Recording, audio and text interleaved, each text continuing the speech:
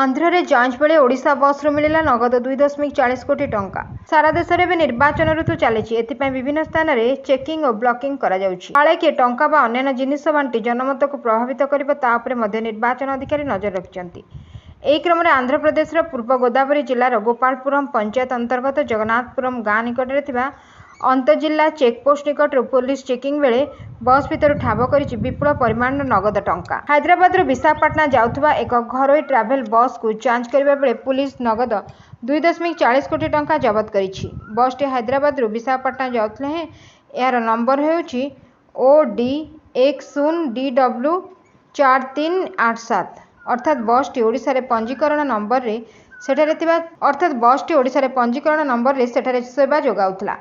Odisha number थिबा बस रु पुलिस नगद टंका ठाब करिछि। देब्रापल्ली सर्कल इन्स्पेक्टर पी बाला सुरेश कहिसंती जे नगद टंका 2टी बैग रे बस रे लगेज कैबिन रखा जायतला। एते परिमाण नगद टंका नेउ जाउथबा व्यक्ति जण कहले कुर्नूल रो आयुला चिन्ना चेन्नैया। से एते परिमाण टंका नै जाउथबा बेले तार हिसाब देई पारु नाहंती, तेणु तांकु गिरफ करा जिबा सह टंका को जब्त करा जायछि।